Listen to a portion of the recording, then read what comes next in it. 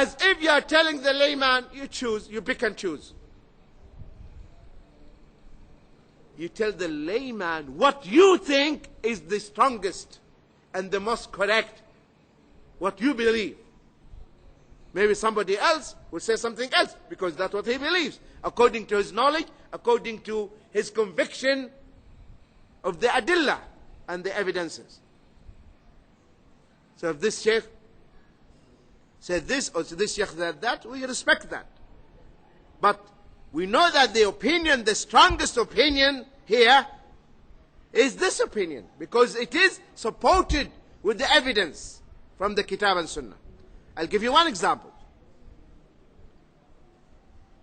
Prophet Muhammad sallallahu alaihi wasallam, he said, أيما امرأة نكحت بغير إذن وليها فنكاحها باطل فنكاحها باطل فنكاحها باطل. Any woman that gets herself married without the consent of her guardian, her marriage is invalid, invalid, invalid. And this is the madhab of Malik, Ahmad and Shafi'i. So it is invalid. This ayyuma imra'ah is not applied for every woman. It is applied for the slave woman. The slave woman has no right to get herself married without the consent of her wali. But if she is free, she can get married. Understand? That's why now the ulama, if a woman, in our current situation, if a woman got married without the consent of her wali, and now they have children, the scholars, they will not say the children are illegitimate children. Because there is a scholar who said this, and his ijtihad based on the hadith, and that was his understanding. But that understanding is not correct. And the ulama, they refuted him. And they said the hadith says, ayyuma. And ayyu means any. And then another emphasis, ma. And you are saying it is only applied for a specific. So what is the dalil that it is only applied for the specific, when it is ayyuma, which denotes generality? So you know now the strongest opinion is the opinion of the majority of the scholars, based on the hadith.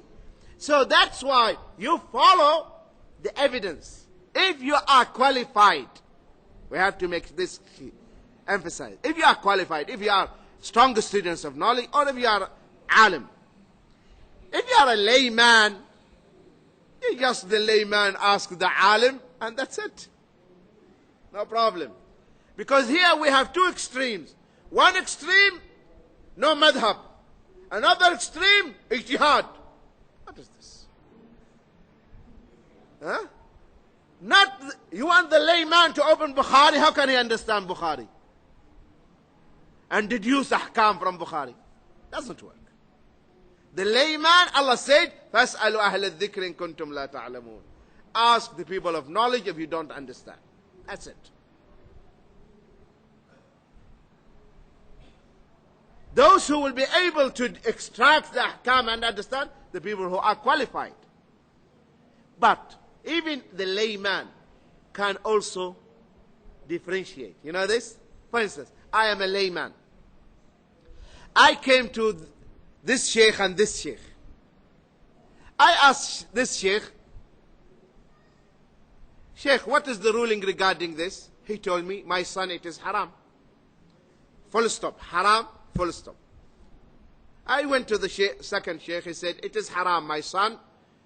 And because Allah said this, and he will read the ayah to me. And the Prophet ﷺ said this, and he will read the hadith. And the Sahaba, and he will mention the name of the Sahaba. Now, I'm a layman. The second time I have a question, which one I will go to? The one who just told me haram, or the one who told me haram and he gave me dalil? Give me dalil. That I am a layman, but at least I feel more confident here. Are you following? And this is what we do in our life. If my child falls sick and I'm a layman, I don't go to any doctor. Do I? Do you take your child to the vet? He's a doctor. He treats cows. Do you take your child to the vet? No, he's a doctor. You will say, who's the specialist? The layman. Who's the best doctor in the town? Why don't you ask, who's the best sheikh? Who's the alim? Who's more pious and righteous and fears Allah Azza wa Jal? You ask him. So, we should not go to the extremes. Always Islam is the middle. Always Islam is in the middle. There's nothing wrong with the madhabs as long as you are not fanatic, blind followers. There's no problem. I'm a student of knowledge. In my country, there are two famous schools, Hanafi and Shafi'i. There's no problem in studying that madhab and understanding. But I'm not a blind follower or fanatic follower. When the evidence is clear and the strongest opinion is clear, I have to follow the strongest opinion. Is this clear? So, the tamimah, even if it is from the Quran, it is not allowed. Is this clear to everyone? And you should know how to now argue or handle it if someone used that argument. Also, in another narration, the Prophet ﷺ says, "Man ta'allaqa tamimah faqad ashrak." Whoever wears a talisman has committed shirk. If you wear tamimah, you have committed shirk. You have committed shirk. Another hadith which is in Ibn Abi Hatim reported about Hudayfa, and this is weak narration. أنه رأى رجلا في يده خيط من الحمى فقطعه وتلا قوله وما يؤمن أكثرهم بالله إلا وهم مشركون. He saw a man with a piece of twine on his hand as a protection or cure from fever. So he cut the twine and read the verse, most of them believe in Allah and still practice shirk. Though the meaning is acceptable, but because the isnad there is a problem with it, and we mentioned this before, we don't go by the meaning to accept the hadith. We go check first of all, are the criteria, or is the criterion met or not to accept the hadith. So this narration, there is a defect in the isnad, because the isnad there is discontinuity, munqati'. There is one missing ring in the isnad.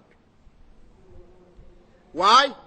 Because there is the narrator missing between Urwa ibn Zubayr. Urwa ibn Zubayr, we don't know whom he heard this hadith from. We don't know that Urwa ibn Zubayr, he heard this hadith from Hudayfa. Because the scholar, they say, we are sure that Urwa didn't hear this from Hudayfa.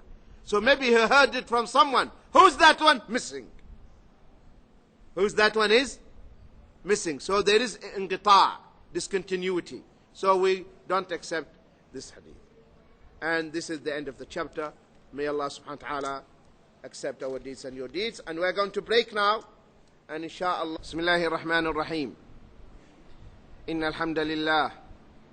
نحمده ونستعينه ونستغفره ونستهديه ونعوذ بالله من شرور أنفسنا ومن سيئات أعمالنا إنه من يهده الله فلا مضل له ومن يضلل فلا هادي له وأشهد أن لا إله إلا الله وحده لا شريك له وأشهد أن محمدا عبده ورسوله أما بعد فإن أصدق الحديث كتاب الله تعالى وخير الهدي هدي محمد صلى الله عليه وآله وسلم وشر الأمور محدثاتها وكل محدثة بدعة وكل بدعة ضلالة وكل ضلالة في النار. أما بعد. Chapter number 8. The ruqa ruqa, spiritual cure, talismans, the talismans and amulets. This is the title. What does it mean? It means what has been mentioned or reported in the Quran and Sunnah regarding these things. That's the meaning of the title. That's the meaning of it. Understand now? But this is omitted, implied. You have to take that in mind. So the author is telling us what has been reported in our deen. What are the rulings that pertain to the spiritual cures?